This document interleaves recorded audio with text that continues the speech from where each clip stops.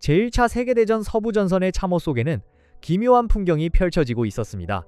사르레는 혹한과 진흙탕 속에서 머리에 거대한 터번을 두른 갈색 피부의 군인들이 독일군의 기관총 세례를 온몸으로 막아내고 있었던 것입니다. 고향 남아시아의 뜨거운 태양을 뒤로하고 수만 킬로미터 떨어진 낯선 눈밭에서 피를 흘리던 이들은 바로 영국령 인도 제국의 군인들이었습니다.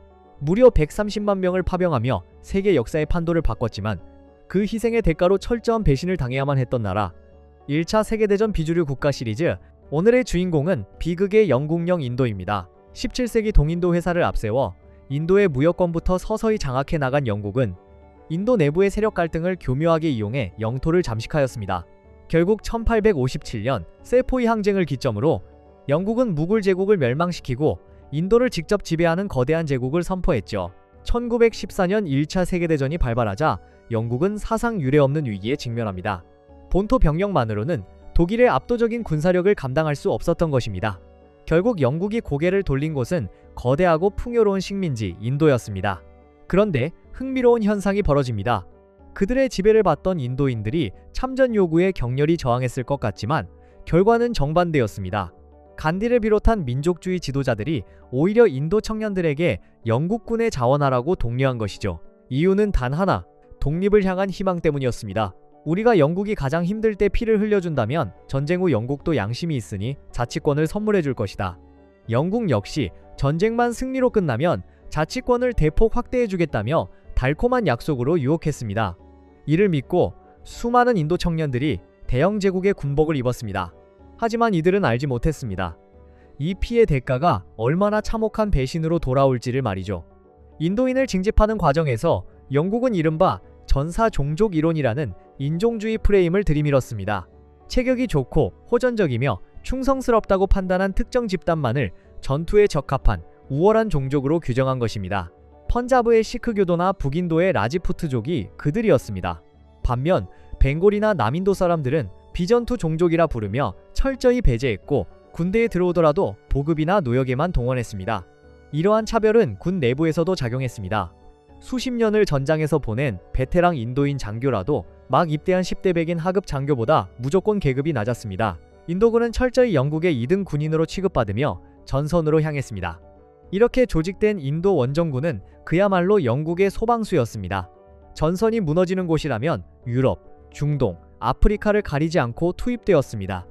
영국의 생명줄이었던 수에즈 운하를 지켜내기 위해 이집트 전선과 윈스턴 처칠의 최악의 상륙전인 갈리폴리 전투, 칭다오를 비롯한 아시아와 동아프리카의 황무지까지 전 세계 거의 모든 전선에서 활약했습니다. 이들의 투혼이 가장 눈물겹게 빛난 순간은 1915년 제2차 이프르 전투였습니다. 전선 위로 인류 최초의 치명적인 황록색 독가스가 들이닥쳤습니다. 제대로 된 방독면조차 없던 절체절명의 순간, 인도군들은 손수건에 황급히 오줌을 적셔 입과 코를 틀어막았습니다. 폐가 타들어가는 고통 속에서도 돌격해오는 독일군을 향해 끝까지 방아쇠를 당기며 연합군 전선이 통째로 붕괴할 뻔한 위기를 온몸으로 막아낸 것입니다. 이 처절한 사투를 지켜본 영국 언론들은 인도의 아들들이 유럽의 심장을 구했다며 경의를 표했습니다. 전쟁이 장기화되면서 인도군 내부에서는 문화적, 종교적 차이로 인한 갈등들이 쏟아져 나왔습니다. 대표적인 것이 터번과 철모의 충돌이었습니다. 시크교도 군인들은 머리카락을 절대 자르지 말라는 판지 카카르 교리에 따라 길어진 머리를 고정하기 위해 반드시 터번을 써야 했습니다. 영국군 장교들이 안전을 위해 철모를 강제했지만 시크교도들은 터번을 벗느니 차라리 명예롭게 죽겠다며 거세게 반발했습니다. 결국 영국은 그들의 신념을 꺾지 못하고 터번을 쓴 채 전투를 치르도록 허용해야 했습니다. 종교적 고뇌는 이뿐만이 아니었습니다. 메소포타미아 전선으로 간 인도군 중에는 수많은 이슬람교도가 포함되어 있었습니다. 그런데 싸워야 하는 적이 바로 이슬람의 수장인 칼리프가 통치하는 오스만 제국이었습니다. 종교적 형제에게 총을 겨눠야 했던 이슬람계 인도군들은 정신적 공황에 빠졌고 일부는 밤을 틈타 오스만군으로 탈영하는 비극적인 일들이 벌어지기도 했습니다. 1915년 말 메소포타미아 전선에서 영국의 타운젠드 장군은 무리하게 바그다드로 진격하다 오스만군에게 밀려 쿠트 엘 아마라에 고립됩니다. 5개월간의 포위 속에서 보급은 끊겼고 식량은 바닥이 났습니다. 장군은 최후의 수단으로 군마를 잡아 배급했는데 여기서 기막힌 서사가 펼쳐집니다.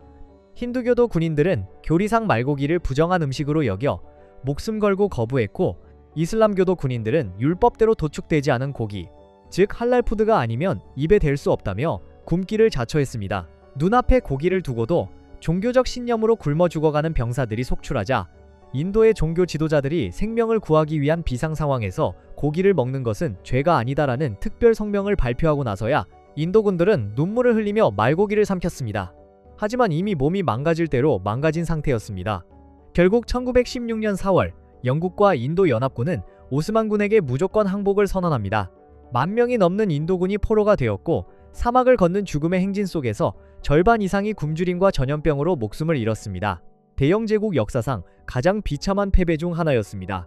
그러나 차별과 비극 속에서도 인도인들은 자신들이 결코 열등하지 않음을 온몸으로 증명해냈습니다. 그 상징적인 인물이 바로 쿠다다드 칸입니다.